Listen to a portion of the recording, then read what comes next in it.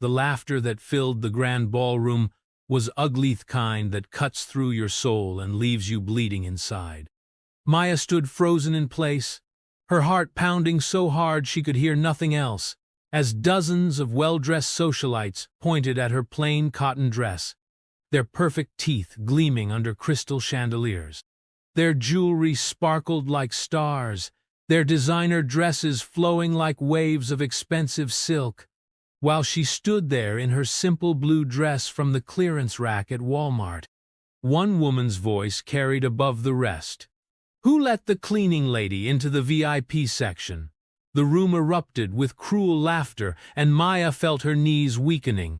She wanted to run, to disappear, to become invisible, but then a deep, commanding voice cut through the chaos like a sharp knife. "Step away from my wife." Chapter 1. The Invitation. Maya Johnson stared at the gold-embossed invitation in her trembling hands. The card felt heavy, expensive, like everything else associated with Marcus Sterling's world. The annual Sterling Foundation Charity Gala, the most exclusive event in New York City, where millionaires and billionaires gathered to show off their wealth while pretending to care about the less fortunate. She set the invitation on her small kitchen table, next to the stack of unpaid bills. The irony wasn't lost on her. Here she was, drowning in debt from medical school, living paycheck to paycheck as a resident doctor at City General Hospital, invited to mingle with people who spent more on their shoes than she earned in a month.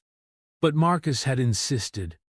"You belong there," he had said in that deep voice that always made her feel safe. "You're my wife, Maya. I want the world to know."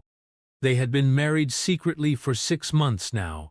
A quiet ceremony at City Hall with just 2 witnesses, Marcus's lawyer and Maya's best friend Jasmine. No fancy dress, no flowers, no photographer. Just 2 people in love, promising to stand by each other forever. Maya pulled open her tiny closet, running her fingers over the few dresses she owned. Nothing seemed right for such an event. She couldn't afford to buy anything new, not with her student loans and the money she sent home to help her mother. Finally, she settled on a simple blue cotton dress she'd bought on sale last summer. It was clean, modest, and the color brought out her warm brown eyes. It would have to do. As she ironed the dress, Maya's phone buzzed. A text from Marcus. "I'll be running late from the board meeting. Please go ahead, and I'll meet you there. Love you." Maya's heart sank. She had counted on arriving with Marcus, using his presence as a shield against the judgmental eyes she knew would be there. Now, she would have to face the wolves alone.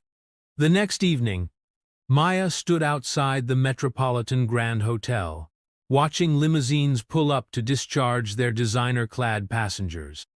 Women in diamonds and silks glided past her, their perfume leaving expensive trails in the air. Maya clutched her small purse tighter and took a deep breath. "You can do this," she whispered to herself. "You're Dr. Maya Johnson. You save lives. You belong here." The doorman gave her a skeptical look but opened the door when she showed him the invitation. Inside, the ballroom was a sea of glitter and glamour. Waiters in perfect tuxedos circled with champagne on silver trays. Maya had never felt so out of place in her life. She moved along the edge of the room, trying to be invisible. But invisible wasn't something a beautiful black woman in a simple dress could be at an event like this. She felt eyes following her, heard whispers starting. "Who is that? Must be someone's assistant. That dress. Is it from Target?" Maya found a quiet corner and pulled out her phone to text Marcus again. "Where are you? I don't think I can do this alone." No response. She took a glass of champagne from a passing waiter, more to have something to do with her hands than from any desire to drink. The bubbles tickled her nose as she took a small sip. "Excuse me," a sharp voice cut through her thoughts. Maya looked up to see a group of women in designer gowns staring at her. The leader, a blonde in a red sequin dress that probably cost more than Maya's car, looked her up and down with obvious disdain. "I think you might be in the wrong place," the woman said, her voice dripping with false concern. "The staff entrance is around the back." Maya felt her cheeks burn. "I'm not staff. I'm a guest." The women exchanged glances and giggled. "A guest?" Another woman, this one in silver lame, raised a perfectly sculpted eyebrow. "In that dress? Honey, this is the Sterling Gala, not a church picnic." The group laughed, drawing attention from nearby guests. Maya felt the circle of onlookers growing, felt the weight of their stares and smirks. "I have an invitation," Maya said quietly, hating how small her voice sounded. "Really?" The blonde moved closer, her perfume overwhelming. "And who exactly invited you? The janitor?" More laughter. Maya blinked back tears, determined not to let them see her cry. She thought about her patients at the hospital, the lives she'd saved, the respect she'd earned through years of hard work. "My husband invited me," she said, lifting her chin. This brought the biggest laugh yet. "Your husband?" The blonde's voice carried across the room now, drawing an even larger crowd. "And what does your husband do? Let me guess, she parks the cars?" The cruelty was breathtaking.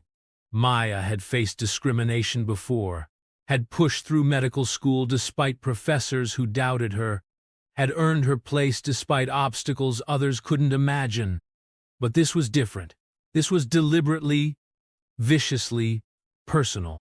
She turned to leave, to escape the circle of mockery closing around her, but the blonde grabbed her arm. "No, no, don't go. We're all dying to meet your husband. Where is he? Washing dishes in the kitchen." Maya jerked her arm free. Her eyes blazed with anger now, overriding the hurt. "You don't know anything about me or my husband." "Honey," the blonde sneered, "I know everything I need to know. That dress says it all." The room erupted in the ugliest laughter Maya had ever heard. She felt tears threatening to spill, felt her dignity slipping away. She needed to leave, to run, to hide. And then, like thunder breaking through a storm, came that voice, "Step away from my wife." The laughter died instantly. The crowd parted like the Red Sea, and there stood Marcus Sterling, 6 feet 4 inches of controlled fury in a custom Armani tuxedo. His dark eyes were fixed on the blonde woman, who had suddenly gone pale. "Mr. Sterling," she gasped. We didn't know." "That's right," Marcus said, moving to Maya's side and putting his arm around her waist. "You didn't know. You saw a beautiful woman in a simple dress and assumed you had the right to humiliate her. You saw my wife, the most brilliant doctor I know, the woman who spends her days saving lives while you spend yours spending money, and you thought you could mock her." The silence in the ballroom was deafening. Maya looked up at Marcus, seeing the love and pride in his eyes. All the hurt and humiliation melted away. He bent down and kissed her gently. "I'm sorry I'm late, my love," he whispered. Then he turned back to the crowd, his voice carrying to every corner of the room. "Ladies and gentlemen, allow me to introduce my wife, Dr. Maya Johnson Sterling. She's wearing a dress she bought with her own money, earned through honest work, not inherited wealth. She's worth more than everyone in this room combined, not because of what she wears, but because of who she is." The blonde woman was stammering apologies, but Marcus held up his hand. "Save it, Victoria. You and your friends are no longer welcome at any Sterling Foundation events. Ever." He turned to the crowd. "This gala is about charity, about helping others. But charity begins with kindness. Those who cannot show basic human decency have no place here." Taking Maya's hand, he led her to the center of the room. "Dance with me, Mrs. Sterling?" As they moved across the floor, Maya felt like she was floating. The dress didn't matter. The whispers didn't matter. All that mattered was the man holding her, the man who loved her exactly as she was. "I'm sorry you had to go through that," Marcus murmured in her ear. "I'm not," Maya replied, surprising herself with the truth of it. It showed me what really matters, and it showed them too. The music swelled, and they danced while the crowd watched in stunned silence. Maya's simple blue dress swayed gracefully, more beautiful than any designer gown in the room because it was worn by a woman who had found her worth not in wealth or status, but in love and purpose. The story of the millionaire's wife in the Walmart dress would be told for years to Koma not as a tale of shame, but as a reminder that true value cannot be measured in dollars, and true love sees beyond the surface to the heart within. Chapter 2. The Beginning. 6 months earlier, Maya had been running late for her shift at City General Hospital. Rain poured down in sheets, soaking through her thin jacket as she hurried down the street. She clutched her bag containing her stethoscope and patient notes, trying to shield it from the water.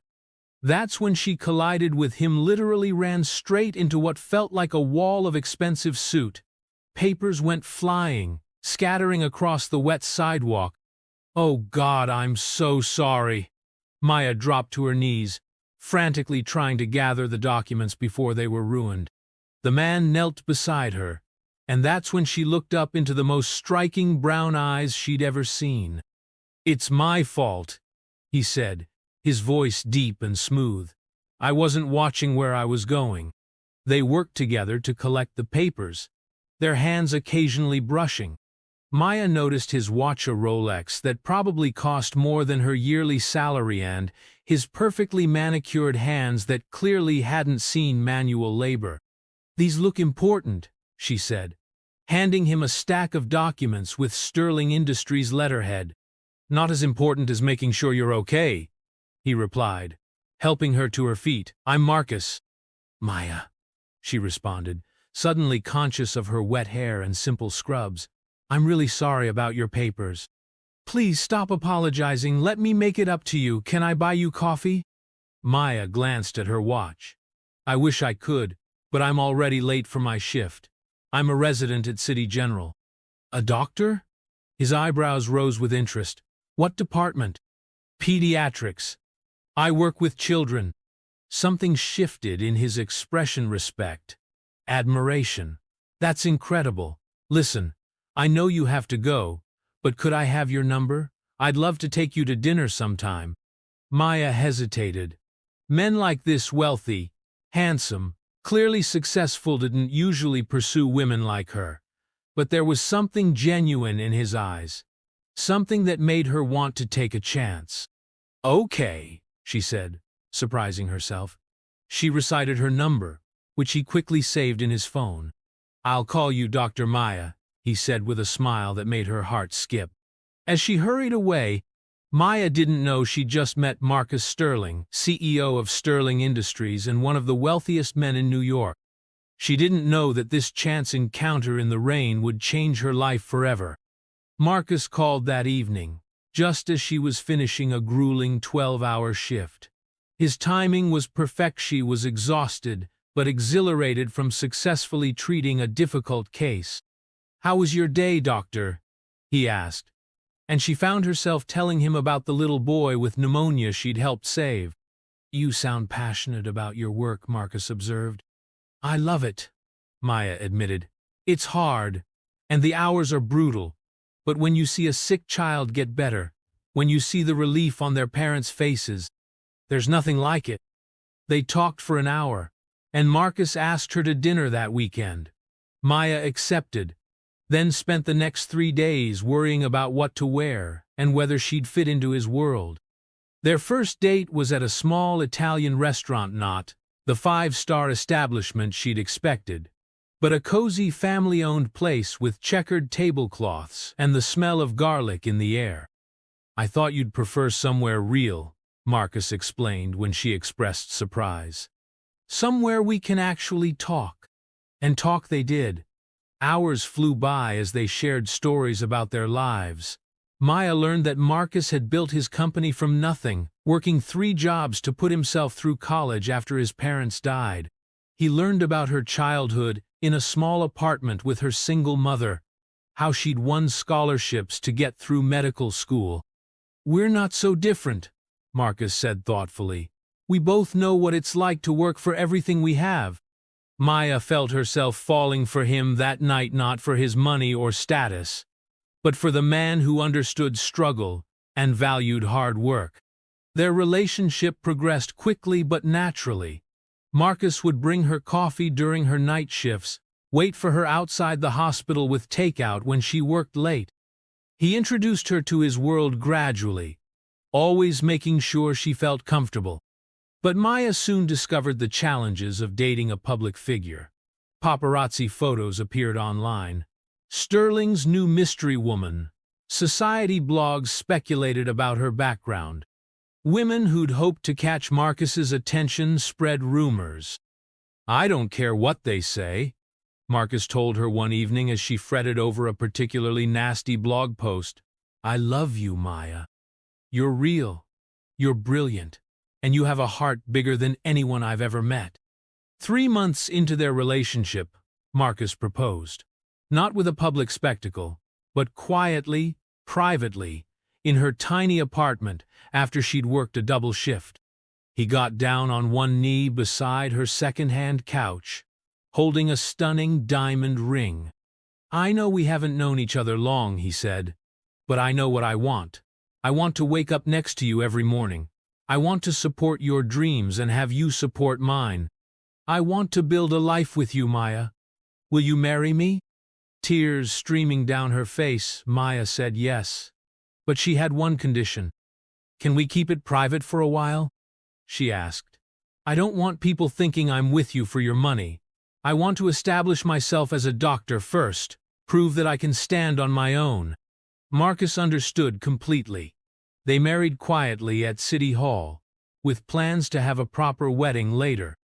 Maya continued working at the hospital, living in her small apartment during the week and spending weekends at Marcus's penthouse. She insisted on keeping her own bank account, paying her own bills. Marcus respected her independence, though he found subtle ways to help, paying off her student loans as a wedding gift, making sure her car was always maintained, filling her fridge when she was too busy to shop. Their love grew stronger through the challenges. Maya saw how the wealthy elite treated those they considered beneath them. She experienced the subtle racism and classism that permeated Marcus's social circle. But she also saw how Marcus stood up for her, how he valued her opinion above any socialites, how he never asked her to change who she was. The charity gala invitation had come as a surprise. Marcus usually shielded her from such events, knowing how uncomfortable they made her. "The Sterling Foundation is announcing a new children's hospital wing," he explained. "I want you there, not as my plus one, but as the doctor who inspired the project. It's time people knew who you really are." Maya had agreed reluctantly, not realizing that the evening would force her to confront everything she'd been avoiding: the judgment, the snobbery, the cruel assumptions of the privileged elite. Now, as she danced with Marcus in the ballroom where she'd been humiliated moments before, Maya realized that this confrontation had been necessary. She'd spent months hiding their relationship, afraid of being labeled a gold digger. But Marcus's public defense of her, his pride in who she was rather than who society expected her to be, showed her that their love was stronger than any prejudice. "I was going to announce our marriage tonight anyway," Marcus whispered as they danced, "but I wanted to do it on stage properly. Instead, those witches forced my hand." "I'm glad they did," Maya replied. "It was more authentic this way." Marcus pulled her closer. "I love you, Dr. Maya Johnson Sterling. Your kindness, your strength, your refusal to let anyone make you feel less than you are. That dress you're wearing? It's beautiful because you're wearing it." Around them, the crowd had begun to whisper again, but the tone was different now. Maya caught snippets of conversation. "She's a doctor? Pediatrics at City General. They've been married for months?" He defended her so fiercely. The blonde woman Victoria and her friends had disappeared, but others approached cautiously, offering genuine congratulations and apologies for any past rudeness. Maya accepted their well wishes graciously, but her focus remained on Marcus. This man who saw her value when others saw only her appearance. This man who loved her not despite her background, but because of the strength it had given her. As the evening progressed, Maya found herself enjoying the gala. She spoke passionately about pediatric medicine with potential donors, shared ideas for the new hospital wing, and felt, for the first time, like she truly belonged in Marcus's world, not because she'd changed to fit in, but because he'd changed his world to include her. The simple blue dress from Walmart became the talk of New York society, not as a fashion faux pas, but as a symbol of authenticity in a world of pretense. Photos of Marcus defending his wife went viral, sparking conversations about class, race, and the true meaning of value. But for Maya and Marcus, the evening's drama faded into just another chapter in their love story. They went home to their penthouse, kicked off their shoes, ordered pizza, and laughed about the shocked faces of the society crowd. "You know," Maya said, curled up against Marcus on the couch, "I think I might wear this dress to every gala from now on." Marcus kissed the top of her head. "Wear whatever you want, my love. Just promise me you'll always be exactly who you are." And she did. Dr. Maya Johnson Sterling continued saving lives at City General, wearing her simple clothes and comfortable shoes. She attended charity events in department store dresses, spoke her mind at board meetings, and never let anyone make her feel less than worthy. Because she had learned that true worth couldn't be bought, and true love saw beyond the surface to the beautiful soul within. Chapter 3. The Mother-in-Law. 2 weeks after the gala incident, Maya faced a new challenge: meeting Marcus's mother.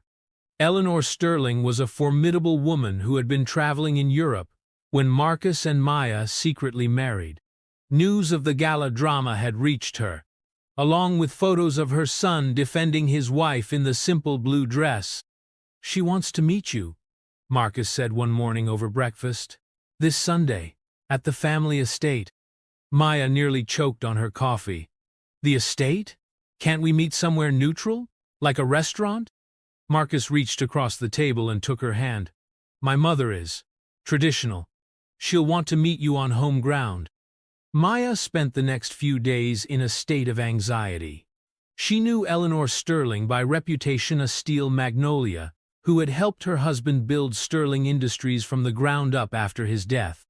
A woman who moved in the highest social circles and had probably already picked out several suitable wives for her son.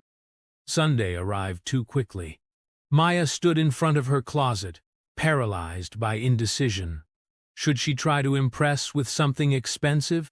Marcus had offered to buy her designer clothes, but she'd refused, wanting to succeed or fail on her own terms. Finally, she chose a simple but elegant navy dress she'd bought for hospital fundraisers. Professional, respectable, but still authentically her.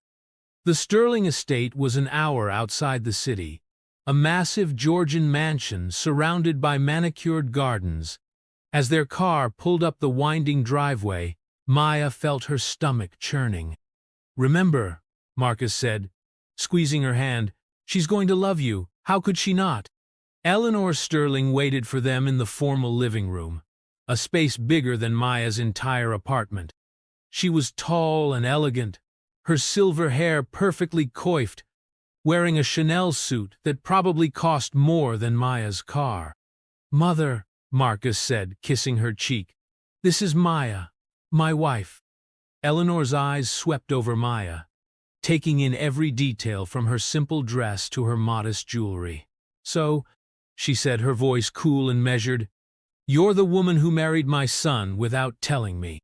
Maya felt Marcus tense beside her, but she stepped forward, extending her hand. "It's a pleasure to meet you, Mrs. Sterling. I've heard so much about you." Eleanor ignored the offered handshake. "Have you? And what exactly have you heard?" that you're a remarkable woman who built an empire alongside your husband, that you raised Marcus to value hard work and integrity, that you've dedicated your life to philanthropy. Something flickered in Eleanor's eye, a surprise, perhaps, or grudging respect. She gestured to the sofa. "Sit. We have much to discuss." The next hour was the most intense interrogation Maya had ever faced. Eleanor questioned everything: her background, her education, her career aspirations, her family. Maya answered honestly, refusing to embellish or apologize for who she was. "Your mother raised you alone?" Eleanor asked. "Yes. She worked 2 jobs to put me through school. She's the strongest person I know." "And you're still paying off student loans?" "I am. Medical school is expensive, but it was worth every penny." "Yet you married my son, one of the wealthiest men in New York, and continue living in a tiny apartment?" Maya lifted her chin. "I married Marcus because I love him, not for his money. I keep my apartment because I value my independence. I believe in earning my way, Mrs. Sterling." Eleanor studied her for a long moment. "Tell me about the gala." Maya felt her cheeks warm. "I'm sure you've heard the story. I want to hear it from you." So Maya told her about feeling out of place, about the cruel women who mocked her dress, about Marcus's fierce defense. She didn't sugarcoat or dramatize, just told the simple truth. When she finished, Eleanor was quiet for a moment.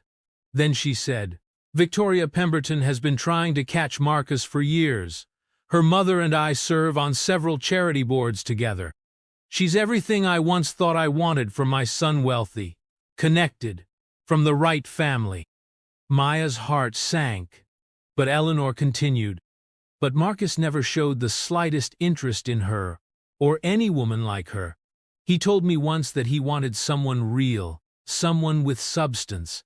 I didn't understand what he meant until now." She stood and walked to a cabinet, returning with a photo album. She said, showing Maya a picture of a handsome man in work clothes. "When I met him, he was a mechanic. My parents were horrified. They wanted me to marry a banker's son." Maya looked at the photosa young Eleanor in simple dresses, standing beside her husband at construction sites, ribbon-cutting ceremonies, charity events. "We built Sterling Industries together," Eleanor said softly. "From nothing. I knew what it was like to be looked down on, to be dismissed as not good enough. I swore my son would never experience that." She closed the album and looked directly at Maya. "Perhaps I protected him too much. Perhaps I forgot that the best things in life often come in simple packages." Marcus, who had been unusually quiet, spoke up. "Mother, Maya is the best thing that ever happened to me. She's brilliant, compassionate, and genuine. She doesn't care about my money or status. She loves me for who I am." Eleanor nodded slowly. "I can see that." She turned to Maya. "I owe you an apology. I judged you before meeting you based on gossip and photos. That was unfair."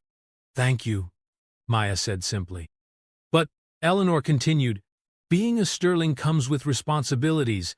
There will be more galas, more social events, more people like Victoria Pemberton. Can you handle that?" Maya thought about the question seriously. "I won't change who I am to fit in, Mrs. Sterling. I'll always be the girl from the Bronx who became a doctor. But I can handle whatever comes our way, as long as Marcus and I face it together." Eleanor smiled, the first real smile Maya had seen from her. "Good answer. And please, call me Eleanor." The rest of the visit went surprisingly well. Eleanor showed Maya around the estate, sharing stories about Marcus's childhood. They looked at family photos, and Eleanor even laughed when Maya told her about the time Marcus tried to cook dinner and set off the smoke alarm. As they prepared to leave, Eleanor took Maya aside. "I have something for you." She pressed a small box into Maya's hands. Inside was a simple but beautiful pearl necklace. "These were the first pearls Marcus's father bought me," Eleanor explained. After our company's first successful year. They're not the most expensive jewelry I own, but they're the most precious. Maya's eyes filled with tears. I can't accept these. You can and you will. They belong to someone who understands their true value. Eleanor clasped the pearls around Maya's neck. Welcome to the family, daughter. On the drive home, Maya fingered the pearls, still processing the day's events. That went better than I expected, Marcus said. Your mother is amazing. Intimidating, but amazing. She likes you. I could tell. How? She gave you grandmother's pearls. She's never given those to anyone, not even when I asked for them to give to, well, to someone else, years ago. Maya looked at him. Victoria? Marcus laughed. God, no. Someone from college. Mother took one look at her and said, she's not pearl-worthy. She was right. And I am? You're worth more than all the pearls in the ocean. He brought her hand to his lips. Mother saw what I see: your strength, your authenticity, your heart. That evening, as Maya got ready for bed, she received a text from an unknown number. This is Eleanor. I've canceled my membership at the country club where Victoria's mother is president. I thought you should know. Sleep well, daughter. Maya smiled, touching the pearls still around her neck. She had faced the dragon and emerged not just unscathed, but embraced. The girl from the Bronx had won over the queen of New York society, not by pretending to be someone else, but by being exactly who she was. The next morning, a package arrived at Maya's apartment. Inside was a beautiful designer dress, with a note, for the next gala. Not because you need it, but because you deserve it. Love, Eleanor. Maya called her mother-in-law immediately. Thank you for the dress. It's beautiful. You're welcome, dear. But remember, it's not the dress that makes the woman. It's the woman who makes the dress. You taught me that. As Maya hung up, she realized that her simple blue Walmart dress had done more than just expose the shallow nature of high society. It had built a bridge between two women from different worlds, united by their understanding of what really mattered in life.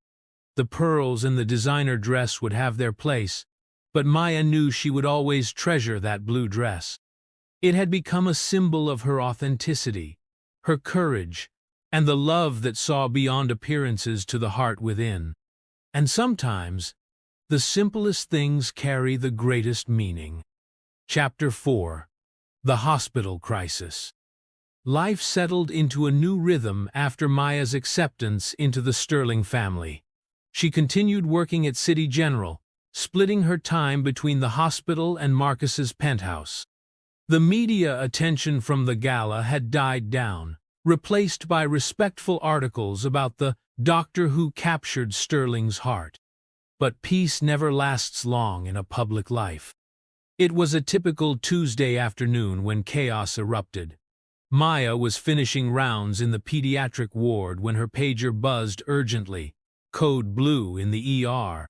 She ran down the stairs, taking them two at a time, her white coat flapping behind her. The ER was in pandemonium. A school bus had collided with a truck, and injured children were being wheeled in on stretchers. Maya immediately jumped into action, triaging patients and directing the overwhelmed staff. Dr. Johnson, a nurse called. We need you in trauma 2, 6-year-old with head injury, unstable vitals. Maya rushed to the trauma bay where a small boy lay unconscious, blood matting his blonde hair. She began barking orders, her hands steady as she worked to stabilize him. Hours blurred together. Maya moved from patient to patient, her scrubs soaked with sweat and blood. She didn't notice the news crews gathering outside, didn't see the cameras filming through the ER windows. What she did notice was the shortage of supplies. We're out of pediatric IV kits, a nurse reported frantically. Use adult ones and adjust the flow, Maya ordered. And someone find out why we're always running short on equipment. It was near midnight when the last critical patient was stabilized. Maya slumped against a wall, exhausted but grateful that no lives had been lost. That's when she noticed Dr. Reynolds, the hospital administrator, hovering nearby with a worried expression. "Dr. Johnson, could I speak with you privately?" In his office, Reynolds showed her his tablet. The screen displayed a video that had gone viral. Sterling's wife saves children in dramatic ER crisis. "The media is all over this," Reynolds said. "They're praising your work, but they're also asking questions about our supply shortages. Questions I'd rather not answer." Maya frowned. "What do you mean?" Reynolds shifted uncomfortably. "The hospital has been struggling financially. We've had to make cuts. Cuts that affect patient care? We do what we can with what we have." Maya felt anger rising. "Those children today could have died because we didn't have proper equipment. That's unacceptable." "I agree, but unless someone donates millions, we can't. Then we find someone who will." Maya left the office and called Marcus. He answered immediately, concern in his voice. "I saw the news. Are you okay?" "I'm fine, but the hospital isn't." She explained the situation, her frustration evident. "Come home," Marcus said. "We'll figure this out." At the penthouse, Marcus was waiting with hot tea and a warm embrace. After Maya showered and changed, they sat together on the couch. "The Sterling Foundation could help," Marcus said. "We've been looking for a new project." Maya shook her head. "I don't want people thinking I'm using our marriage to get funding." "You're not using anything. You're advocating for your patients. There's a difference." They talked late into the night, developing a plan. The next morning, Marcus called an emergency board meeting while Maya returned to the hospital. The day brought new challenges. News vans lined the street outside City General. Reporters ambushed Maya in the parking lot. "Dr. Sterling, will your husband bail out the hospital? How does it feel being married to a billionaire while working in an underfunded facility? Are you planning to quit medicine now that you're rich?" Maya pushed past them, her jaw tight. Inside, she found more chaos. Some colleagues avoided her, while others suddenly acted overly friendly. The divide between her two worlds had never felt wider. In the pediatric ward, Maya focused on her patients, trying to ignore the whispers. But when she entered a room to find Victoria Pemberton, the woman who had mocked her dress sitting beside a patient's bed, she stopped short. "Dr. Johnson," Victoria said, standing. "I mean Dr. Sterling. What are you doing here?" Victoria gestured to the bed where a young girl lay sleeping. "This is my niece, Sophie. She was on the bus yesterday. You saved her life." Maya's professional instincts took over. She checked Sophie's chart and examined the sleeping child. "She's doing well, no signs of complications." "I wanted to thank you," Victoria said quietly, "and to apologize, not just for the gala, but for everything." Maya studied the woman who had humiliated her. Victoria looked different without her designer armor, vulnerable, human. "I was jealous," Victoria continued. "Marcus never looked at me the way he looks at you. I thought if I could make you feel small, you'd feel bigger?" Maya finished. Victoria nodded, tears in her eyes. "I was horrible.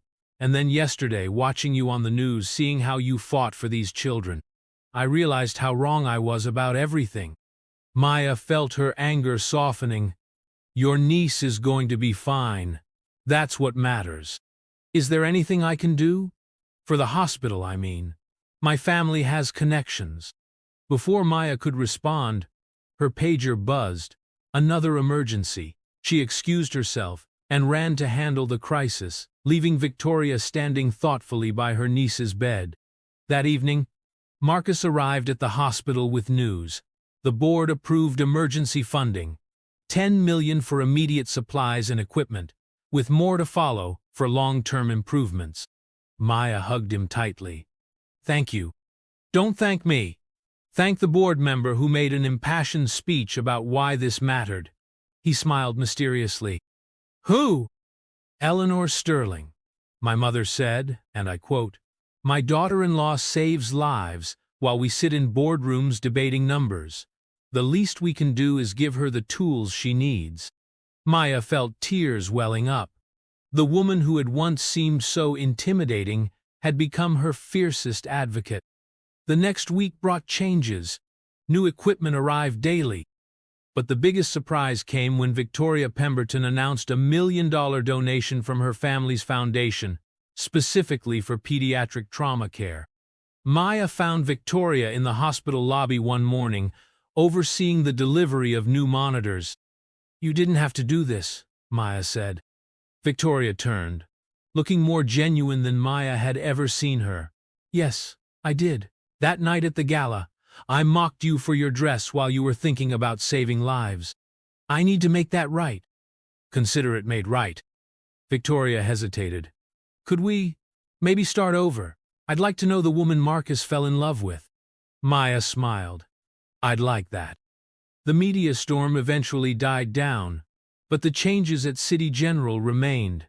The hospital became a model for public-private partnerships, with the Sterling Foundation leading the way.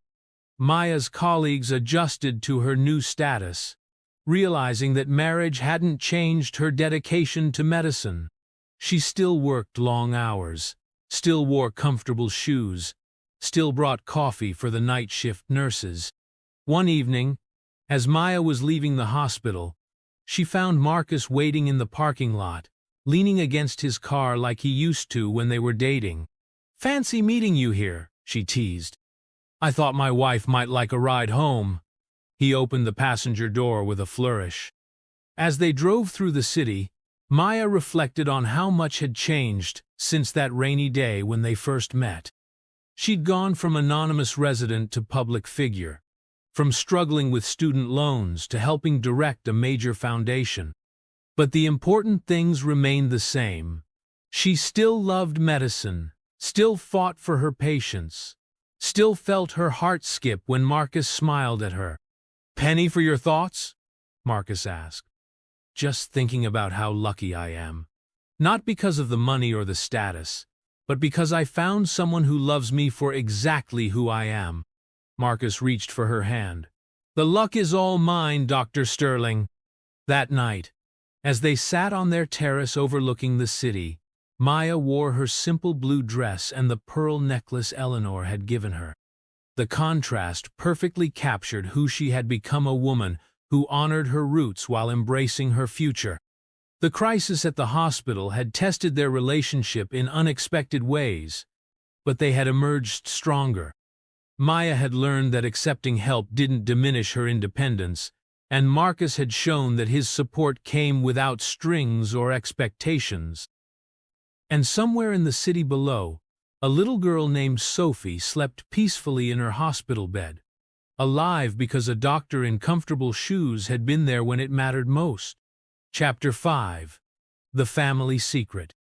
3 months after the hospital crisis, Maya's life had settled into a comfortable routine. The media had moved on to other stories, and she could finally walk through the hospital without cameras following her. But just as peace seemed permanent, a phone call shattered it. "Maya?" Her mother's voice trembled on the line. "I need to see you. It's important." Sarah Johnson had always been Maya's rock-strong, steady, unshakable. Hearing fear in her voice sent chills down Maya's spine. "Mom, what's wrong? Are you sick?" "Not sick.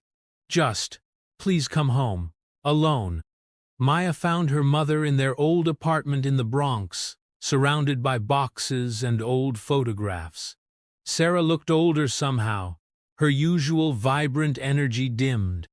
"Sit down, baby," Sarah said, patting the worn couch where Maya had studied for countless exams. "Mom, you're scaring me." Sarah took a deep breath. "There's something I should have told you years ago, about your father." Maya's heart skipped. Her father had left when she was 2, and her mother never spoke about him. It was the one subject that was off limits in their home. "What about him?" Sarah handed her a yellowed newspaper clipping. The headline read, Sterling Industries CFO embezzles millions, disappears. Maya stared at the photo beneath the headline. The man looked familiar, the same eyes she saw in the mirror every morning. James Thompson, Sarah said quietly. That was your father's real name. He was the chief financial officer at Sterling Industries. He stole $5 million and vanished. The room spun. Maya gripped the newspaper, trying to process the information. Sterling Industries? Marcus's company? Sarah nodded miserably. I didn't know about the theft until after he left. I changed our names, moved us here, started over. I was terrified someone would connect us to him. Does Marcus know? I don't think so. It happened before he was born. But his mother…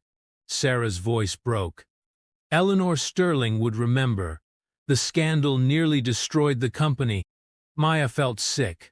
All this time, she'd been living a lie. Her husband's family had been victims of her father's crime. Why tell me now? Because someone else knows. Sarah pulled out an envelope. This came yesterday. Inside was a single sheet of paper. I know who you really are. Pay 1,000, 100,000 or Sterling finds out the truth. Blackmail. Maya's mind raced. Someone had connected the dots, realized that the doctor who married Marcus Sterling was the daughter of the man who had betrayed his family. Mom, I have to tell Marcus. No. Sarah grabbed her hand. If he knows, if Eleanor knows, they'll hate you. They'll think you married him to get close to the money your father stole. Marcus loves me. He'll understand. Will he? Will his mother? The woman who fought to save her husband's company after your father destroyed it? Maya left her mother's apartment in a daze. She wandered the streets of her old neighborhood, trying to decide what to do. When she finally returned to the penthouse, Marcus was waiting with dinner. There you are. I was getting worried. He kissed her, then frowned. Maya opened her mouth to tell him everything, but the words stuck in her throat. Instead, she mumbled something about a difficult case at work and escaped to the shower. The next few days were torture. Maya jumped every time her phone rang, expecting the blackmailer to call. She avoided Eleanor, afraid the older woman would see the truth in her eyes. At work, she threw herself into patient care, trying to forget the sword hanging over her head. But the stress began to show. She made small mistakes, forgot to return calls, snapped at nurses. Dr. Sterling? Her colleague Dr. Patel cornered her in the break room. Is everything okay? You seem distracted. I'm fine, Maya lied. If you need to talk. I said I'm fine. That evening, Marcus confronted her. Maya, what's going on? You're not yourself. She wanted to tell him, wanted to share the burden, but fear held her back. What if he looked at her differently? What if he wondered whether she had known all along? What if he could never trust her again? Just tired, she said weakly. Marcus didn't look convinced, but he didn't push. Instead, he held her close, and Maya felt tears threatening to spill. The next morning, another envelope arrived at the hospital. This time the demand was higher, 1,500,000 or everyone knows. Maya's hands shook as she read the note. She didn't have that kind of money, and she couldn't ask Marcus without explaining why. During her lunch break, she drove to her mother's apartment. They want more money, she said, showing Sarah the note. We can't pay, Sarah said. Even if we had it, they'd just keep demanding more. Then I have to tell Marcus. Before they do. Sarah aged 10 years before Maya's eyes. I'm so sorry, baby. I thought I was protecting you. You were. But secrets have a way of coming out. That night, Maya asked Marcus to sit down. There's something I need to tell you. But before she could continue, his phone rang. It was Eleanor. Mother? Slow down. What's wrong? Maya watched the color drain from his face as he listened. We'll be right there, he said, hanging up. Someone sent my mother old newspaper clippings about an embezzlement case from before I was born. She's hysterical. Maya's blood ran cold. The blackmailer had made good on their threat. The drive to the Sterling estate was silent. Maya's mind raced, trying to find the right words to explain. But how do you tell your husband that your father was the man who nearly destroyed his family's legacy? They found Eleanor in the library, surrounded by papers. Her face was pale, her usual composure shattered. "Mother, what's this about?" Marcus asked. Eleanor held up a photograph. "James Thompson. He was our CFO in the early days. Brilliant man. We trusted him completely. Then he stole everything he could and vanished." She turned to Maya, and in that moment, Maya saw recognition dawn in her eyes. "You have his eyes," Eleanor whispered. The room went deadly quiet. "What?" Marcus looked between them, confused. Maya stood, her legs shaking. "The man in that photograph is my father." The words hung in the air like smoke. Marcus stared at her, his expression unreadable. "Your father?" he repeated slowly. "I only found out a few days ago. My mother told me. She changed our names, moved us away. I grew up never knowing." "And you didn't think to tell me?" Marcus's voice was dangerously quiet. "I was going to, tonight. But someone's been blackmailing us, threatening to reveal the truth unless we paid." Eleanor stood abruptly. "Blackmail? Someone else knows about this?" Maya nodded miserably. "They sent notes to my mother, then to me. When we couldn't pay, they sent those clippings to you." Marcus ran his hands through his hair. "So instead of trusting me with the truth, you kept it secret? Let some blackmailer control the narrative?" "I was scared. Scared you'd think I married you for money, that I was part of some long con to get back what my father stole." "The thought never would have crossed my mind," Marcus said coldly. "Until now." His words cut deeper than any knife. Maya felt tears spilling down her cheeks. "Marcus," Eleanor said suddenly, "stop." Both Maya and Marcus turned to her in surprise. "I remember James Thompson," Eleanor continued. "I also remember his wife, a sweet, terrified young woman who came to our office after he disappeared, offering to work off his debt. We turned her away." She looked at Maya with something like regret. "I was angry, bitter. I didn't see a victim. I saw an accomplice. But now I realize she was just trying to protect her child." Eleanor walked to Maya and took her hands. "You are not your father. You've proven that every day with your integrity, your compassion, your refusal to take the easy path." Marcus watched this exchange, his anger visibly deflating. "The question is," Eleanor said firmly, "what do we do about this blackmailer?" "We don't pay," Maya said. "We go to the police." Marcus finally spoke. "No police. Not yet." He pulled out his phone. He made a call to his head of security, outlining the situation. Within hours, a team of private investigators was working to trace the blackmail letters. As they waited for news, the three of them sat in awkward silence. Maya wanted to reach for Marcus, but the distance between them felt insurmountable. "I'm sorry," she said finally. "I should have told you immediately." Marcus sighed. "Yes, you should have. But I understand why you didn't." He moved closer, taking her hand. "I'm sorry, too, for reacting badly, for making you doubt us." "Children," Eleanor interrupted, "save the apologies for later. We have a blackmailer to catch." 2 days later, the investigators had results. The blackmailer was Victoria Pemberton's cousin Harold, a failed businessman with gambling debts, who had stumbled upon the connection while researching Maya's background. Marcus handled it quietly. Harold was given a choice: face prosecution or sign a confession and leave the country. He chose the latter. With the threat neutralized, Maya felt she could breathe again. But the aftermath of the revelation. One evening, she and Marcus sat on their terrace, finally talking openly about everything. "I meant what I said," Marcus told her. "I never would have doubted you if you'd told me yourself." "I know," I let fear control me. No more secrets? No more secrets, Maya promised. Eleanor invited them to dinner the following week. When they arrived, they found she had prepared a surprise. I did some research. Eleanor announced, James Thompson, your father, was found dead in Mexico 5 years ago.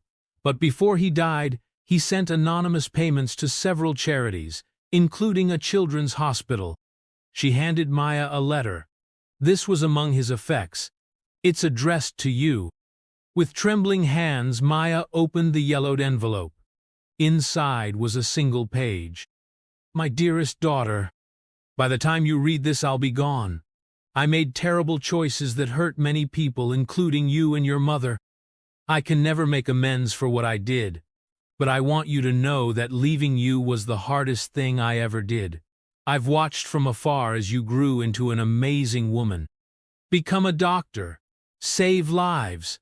Make the world better. Don't let my sins define you. You are your mother's daughter, strong, honest, good. Love always. Your father. Maya wept as she read, feeling a weight lift from her shoulders. Marcus held her close, while Eleanor quietly left the room, giving them privacy. Later, as they prepared to leave, Eleanor pulled Maya aside. I had investigators trace those anonymous donations, she said. Your father sent back nearly everything he stole, bit by bit. He died penniless. Why didn't you tell Marcus? Because it's your story to share when you're ready. But I thought you should know in the end your father tried to make things right. Maya hugged her mother-in-law tightly. Thank you. The drive home was quiet, but it was a comfortable silence. The secret that had threatened to tear them apart had ultimately brought them closer. You know what I realized? Marcus said as they pulled into their building. What? That blue dress you wore to the gala? It was perfect. It showed me exactly who you are, someone real, someone who values substance over style, someone who stands on her own merit. Maya smiled through fresh tears. I love you. I love you too. All of you, past, present, and future. That night, Maya slept peacefully for the first time in weeks. The truth was out, and their love had survived.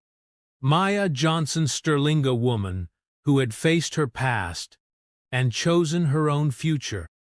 And sometimes the darkest secrets, when brought to light, only make love shine brighter.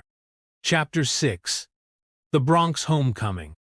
After the revelation about her father, Maya felt a need to reconnect with her roots.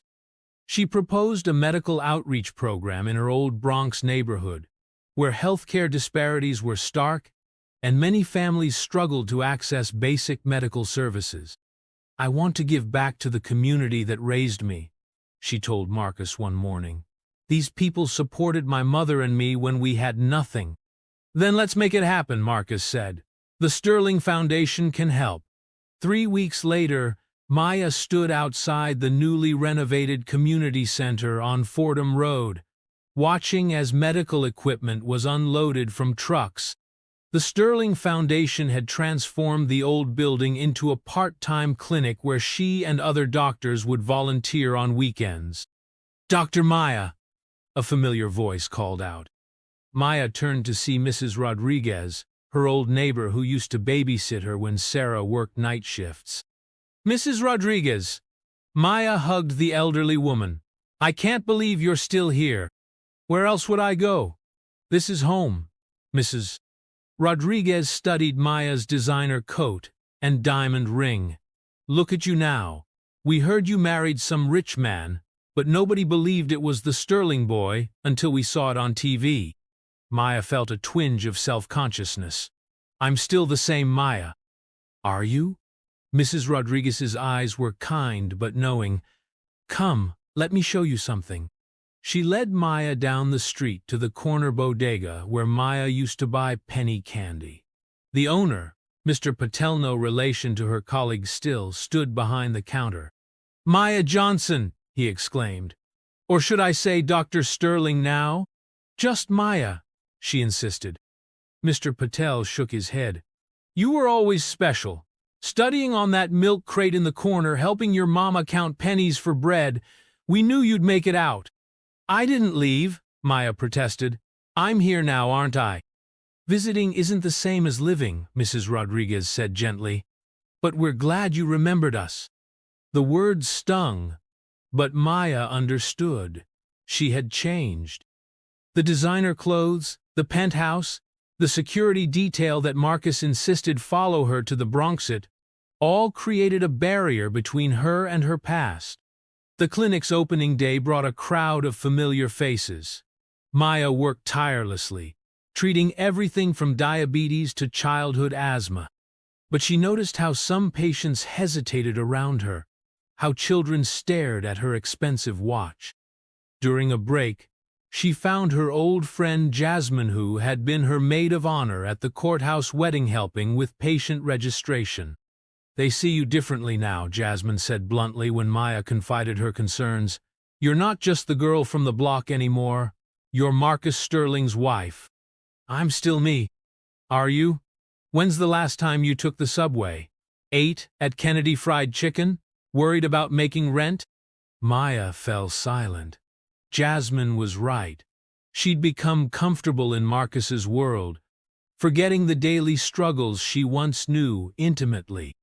I'm not judging, Jasmine continued. You deserve happiness, but you can't expect people to see you the same way when everything about you has changed. That evening, Maya returned to the penthouse feeling unsettled. Marcus noticed immediately. Rough day at the clinic? Not rough, just eye-opening. She explained her interactions, her growing awareness of the gap between her old life and new one. Marcus listened thoughtfully. You know what I think? You're trying too hard to prove you haven't changed. But change isn't always bad, Maya. That's natural. I don't want to lose touch with where I came from. Then don't. But don't apologize for where you are now either. The next weekend, Maya arrived at the clinic dressed simply: jeans, sneakers, and a City General t-shirt. She left her wedding rings at home, tied her hair back in a ponytail like she used to wear. There's our Maya, Mr. Patel said approvingly when she stopped for coffee. But the approval felt hollow. She was playing a part, pretending to be someone she no longer was. The turning point came when a teenage girl named Destiny arrived at the clinic with a severe asthma attack. Maya sprang into action, stabilizing the girl with the expertise she'd gained through years of training. Afterward, Destiny's mother approached her. Thank you, Dr. Sterling. I know you could be anywhere else, doing anything else, but you chose to be here. This is where I'm needed, Maya replied. No, the woman shook her head. You're needed everywhere, but you choose to remember us. That's what matters. Those words shifted something in Maya. She realized she'd been approaching it all wrong. She didn't need to pretend she hadn't changed. Over the next few months, Maya found her balance. She expanded the clinic's services, brought in specialist colleagues, and secured funding for a permanent facility. She wore her rings proudly, drove her nice car without shame, and used every resource at her disposal to help her community. One day, she overheard two elderly women talking in the waiting room. That's the girl who married the billionaire, one whispered. Good for her, the other replied. She got out, but didn't forget us. That's rare. Maya smiled. She had finally understood that she could embrace both worlds, the one she came from and the one she'd entered. Her value wasn't in staying the same, but in using her journey to light the way for others. The clinic became a model for community healthcare, drawing attention from medical journals and inspiring similar programs in other underserved areas. Maya split her time between City General and the Bronx clinic, finding fulfillment in both. Marcus often joined her on weekends, rolling up his sleeves to help with administrative tasks, or simply sitting with patients, listening to their stories. The community that had once viewed him with suspicion gradually accepted him as Maya's husband, the highest compliment they could give. Eleanor Sterling herself made occasional appearances, her presence lending weight to fundraising efforts. She and Sarah Johnson formed an unlikely friendship, bonding over their shared love for Maya and their understanding of how far she'd come. "Your daughter," Eleanor told Sarah one afternoon, "has taught me more about grace and authenticity than anyone I've ever known." Sarah smiled. "She gets that from her father, her real father, the man who raised her in his heart, even if not in person." 1 year after the clinic opened, Maya stood before a packed community center, announcing an expansion that would include dental services and mental health counseling. In the audience sat Marcus, Eleanor, Sarah, and hundreds of neighbors who had watched her grow up. "When I left this neighborhood for medical school," Maya said, "I promised myself I'd come back, not to prove I hadn't changed, but to use my change to make a difference.